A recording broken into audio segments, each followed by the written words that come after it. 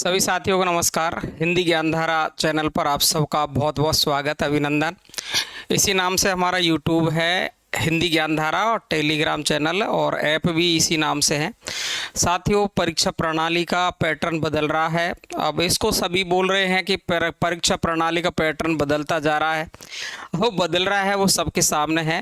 तो कुछ नए छंद आपकी परीक्षाओं में पूछे जा रहे हैं, तो उन नए छंदों को अपन पढ़ने वाले हैं। जैसे आपका अहीर छंद है, मानव है, आर्या छंद है, अरिल्य छंद है, बरवे छंद है।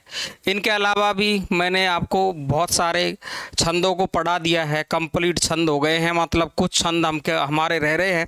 उन छंदों को हम एक एक को डिटेल से देखेंगे, अच्छे तरीके से समझेंगे। कोई जल्दीबाजी इसमें बिल्कुल भी नहीं है। शानदार तरीके से मैंने पिछली क्लास में आपको इन छंदों को पढ़ाया था, लेकिन वहाँ कुछ विद्वानों का, कुछ साथियों का ये कमेंट है कि सर इसमें ज़्यादा अच्छे तरीके से समझ में नहीं आ रहा है, तो एक बार आप इनको वापस समझाएं। ऐसे कमेंट आ रहे थे। तो अपन सबसे पहले बिना बातचीत किए अहीर छंद को पढ़ते हैं। अहीर छंद है, इसके बारे में हम देखेंगे यहाँ पर। साथियों, हिंदी ज्ञानधारा ऐप आप डाउनलोड कर लीजिए। सब कंटेंट आपको फ्री में दिया जा रहा है। वहाँ पर फ्री कंटेंट में आपको बहुत सारा कंटेंट फ्री मिलता है। अब देखो, पास होने के लिए आपको कितनी आवश्यकता है वो आप अपने मन से सोच सकते हैं। बाकी का आपको जो चीज़ें आपको इधर उधर नहीं मिलेगी, वो सारी चीज़ें आपको यहाँ पर मिल जाएगी। अहीर छंद की बात करें तो देखिए, ये आपका मात्रिक सम छंद है। कैसा छंद है? मात्रिक सम छंद है। प्रत्येक चरण में 11 मात्रा होती है और प्रत्येक चरण के अंत में जगण का प्रयोग वर्जित है। ये जो मैंने आपको अगली जो क्लास पढ़ाई थी यूट्यूब पर, उसमें थोड़ा सा यहाँ पर मुझसे गलती हो गई थी कि जगण का प्रयोग होता है ऐसे कहता रहा मैं, जबकि जगण का प्रयोग है इसमें क्या है? वर्जित है। ये ध्यान रखना है। चरण के अंत में लघु गुरु या दो लघु का विधान है। या तो लघु गुरु आ सकता है या दो लघु आ सकते हैं, ऐसा विधान इसमें किया गया है। ये आपका अहीर छंद है और ऐसा यूपी पीजीटी में ये सवाल आपको पूछा था। जैसे जय जय जय गिरिराज, यहाँ पर 11 मात्रा लगाई हमने, एक उदाहरण देखा, सब में एक एक मात्रा लगा दी और ये अपन की टोटल 11 मात्रा हो गई है। इसके अलावा देखो, जीवन में जलधारा करती है उपकार, तो देखो 11 मात्राएं यहाँ पर भी है। 2 और 1 3 4 और 2 6 और 1 7 8 और 2 10 और 1 11, ऐसे 11 मात्रा इस चरण में है, 11 मात्रा इस चरण में है, यानी प्रत्येक चरण में 11 मात्रा होती। ये आपका अहीर छंद है। बोलो कैसे लगा? अब आ गया समझ में? बिल्कुल क्लियर है। इसके बाहर कुछ भी नहीं पूछता है, क्लियर रहेगा। इसके बाद में आगे चलते हैं साथियों मानव छंद पर। ये मानव छंद है आपका। मानव छंद में क्या है कि ये एक मात्रिक सम छंद है। अब देखो, अहीर भी मात्रिक सम छंद है और मानव है, ये भी आपका मात्रिक सम छंद है। प्रत्येक चरण में 14 मात्रा होती है। प्रत्येक चरण में मात्रा कितनी है? 14 मात्रा है। प्रत्येक चरण के अंत में यति होती है, यति होती है। चरण के अंत में यगण या तगण होता है। ज़्यादातर तो यगण ही आता है, लेकिन कभी कभी तगण भी आ जाता है। यगण का मतलब आपका जो सूत्र है, ये माता राजवाहन सलगा, आपने खूब पढ़ा है। ये सूत्र खूब पढ़ा है। ये माता राजवाहन सलगा, खूब पढ़ा है ना ये। तो ये देखो, यहीं से आपके सूत्र बनते हैं। जैसे यगण बनेगा तो यगण ये माता का बनेगा। जैसे आपका तगण बनेगा, तगण कहाँ से बनेगा? तो ताराज है। ये देखो, ये माता ताराज है, ऐसे। तो देखो, ये माता, इस तरीके की मात्रा अंत में आती है। तो जब अपन ने ये उदाहरण आपका यूपीपीजीटी में आया था, तो देखो, शशि मुख पर घूंघट डाले अंचल में दीप छिपाए, ये 14 मात्रा यहाँ पर हो जाती है। देखो, 1 2 3 4 5 6 और 2 8 और 1 9 और 1 10, 2 12 और 2 14, यानी यहाँ तक ये 14 मात्राएं हो गई यहाँ तक। और फिर दूसरे चरण में भी 14 मात्राएं हो गई है। ऐसे देखो, दूसरा उदाहरण मैंने लिया है कि इसके अलावा ये दूसरा उदाहरण है, मात पिता भी पूजते हैं सब माने वह मंदिर है। तो ये 14 मात्रा है, यहाँ भी 14 मात्रा है, यहाँ भी 14 मात्रा है। तो मानव छंद आपका कौन सा हो गया? मात्रिक समछंद। 14 मात्रा है, अंत में यति होती है, यगण तगण होता है। अंत में, और लघु गुरु का विधान इसमें हो सकता है। तो ये लघु गुरु आना कोई आवश्यक नहीं है, तीनों लाइन अपन की महत्वपूर्ण है। ये आपका टोटल कौन सा हो गया है, मानव छंद। बताओ कोई दिक्कत, सरल समझ में आ गया ना, बिल्कुल। अब देखिए अगला देख लीजिए आप, आर्य छंद। आर्य छंद की अगर बात करें अपन तो आर्य छंद देखो ऐसे बहुत सारे हैं, तोमर है, तोटक है, आर्या है, जो पहले ये छंद प्रयुक्त होते थे ना इन छंदों में। जैसे आपका सवैया के कई सारे भेद है ना, मदिरा के भेद है, इस तरीक़ा से बहुत सारे छंद ऐसे हैं जिनके हमको पता नहीं होता है। तो हम आपको बिल्कुल नए पैटर्न पर अगले जो बैच पढ़ाएंगे, यानी जितने भी आगे के यूपी टीजीटी पीजीटी के जीआईसी के हैं, जितने भी बैच पढ़ाएंगे या किसी भी बैच को, चाहे वो उत्तराखंड हो, चाहे अब यूपी का हो, एमपी का हो, हरियाणा, पंजाब, बिहार, राजस्थान, जहाँ का भी, हर कोर्स में आपको बिल्कुल नए अपडेट के साथ और नए कोर्सों के साथ वो नए कोर्स के साथ एकदम बिल्कुल अपडेटेड नोट्स और अच्छे तरीके के, पहले जैसे हम पंक्तियों को कम शामिल करते थे तो अब हम उसमें पंक्तियों को शामिल करेंगे, हर कवि की नई पंक्तियाँ निकालेंगे, हर कवि की नई पंक्तियों को,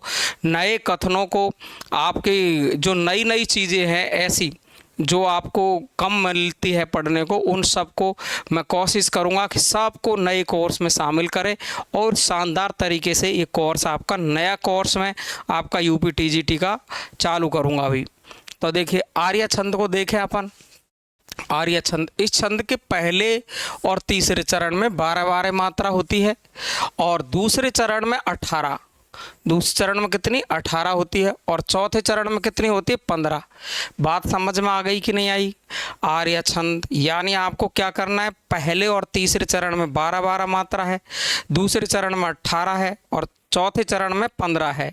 यानी जैसे देखिए ये अपन ने उदाहरण लिया तो पहले चरण में 12 मात्रा है यहाँ तक, फिर दूसरे चरण में टोटल कितनी मात्रा है, ये 18 मात्रा है, और तीसरा चरण है इसमें हमने मात्रा लगाई फिर 12 मात्रा है, और फिर आप देख रहे हो कि यहाँ चौथे चरण में 15 मात्रा है।